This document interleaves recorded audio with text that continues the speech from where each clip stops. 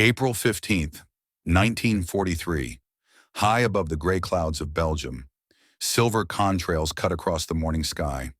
In their cockpits, German pilots laugh over the radio, confident, untouchable. They mock the new American fighter, calling it the milk jug. Too fat, too slow, too clumsy to ever win a fight. But as those clouds part, the laughter begins to fade. Because behind that awkward shape hides something terrifying, a machine born for survival. And in a few moments, that milk jug will teach them a lesson they'll never forget.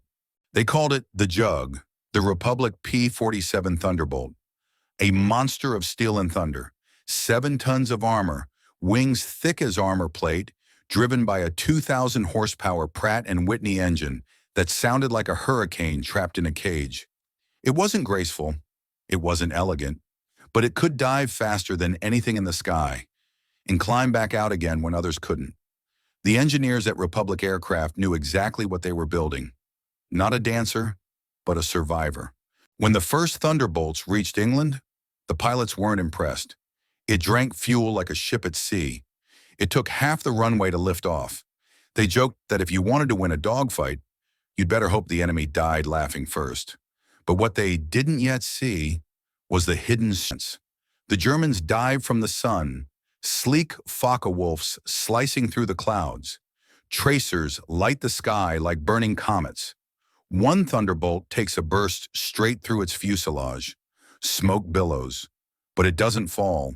It climbs, keeps fighting, keeps living. And then came the roar. 8 Browning .50 caliber machine guns, 4 on each wing, erupting with over 100 rounds every second. A storm of lead tears through the sky. The hunters become the hunted, and those who once mocked the Jug now scream into their radios as the sky itself rains fire. Word spreads quickly through the Luftwaffe. The fat American plane doesn't die. You can hit it again and again, and somehow it still comes home. They start calling it the Juggernaut. Pilots return with wings full of holes, engines coughing smoke, tires shredded, yet they land smiling. The Thunderbolt had earned its name. Back home, the Republic factory never slept. Men and women worked side by side, riveting, welding, hammering the heartbeat of a nation into metal.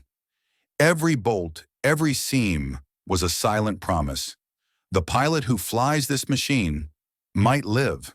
The Thunderbolt wasn't just a fighter. It was a contract between those who built and those who flew. To the men who flew her, the Thunderbolt became something more than a machine. She was a friend, a brute with a soul. They gave her names, painted her sides with pinups and shark's teeth. Every one of them unique, everyone personal. When you climbed into that cockpit, you didn't just trust the aircraft, you trusted her. By late 1943, the war in the air was changing. American bombers needed escorts deep into Germany, and with new fuel tanks, the Thunderbolt finally had the range. They became the guardian angels of the sky, weaving through flak, diving into enemy formations. The Germans no longer laughed. They prayed the Jugs wouldn't find them first. 8 guns, that was its soul. 8 streams of fire, enough to saw a fighter in half or tear a train to pieces. When a Thunderbolt opened fire, the very air shook with fury. It wasn't elegance, it was dominance. 1944, the Thunderbolt descends from the clouds, not to duel, but to destroy. Tanks, trucks, railroads.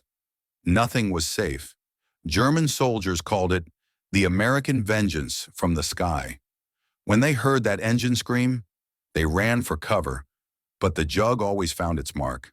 Winter, the Ardennes. Snow and smoke swallow the forest. Allied troops are trapped, freezing, surrounded, desperate. And then, a sound through the storm, that deep, familiar growl. Thunderbolts cutting through the blizzard, finding German armor hidden beneath the trees. For the men on the ground, that winter, the Ardennes. Snow and smoke swallow the forest. Allied troops are trapped, freezing, surrounded, desperate. And then a sound through the storm, that deep, familiar growl. Thunderbolts cutting through the blizzard, finding German armor hidden beneath the trees. For the men on the ground, that roar meant life. By the time victory came in 1945, the P-47 had flown more combat sorties than any other U.S. fighter in Europe. Over 7,000 enemy aircraft destroyed, tens of thousands of vehicles. And yet, its greatest number wasn't kills. It was lives saved. The Jug brought its pilots home. Today, only a few Thunderbolts remain, restored, polished, silent in their hangars. But if you stand close and listen, you might still hear that deep, steady growl, the heartbeat of a machine that refused to die.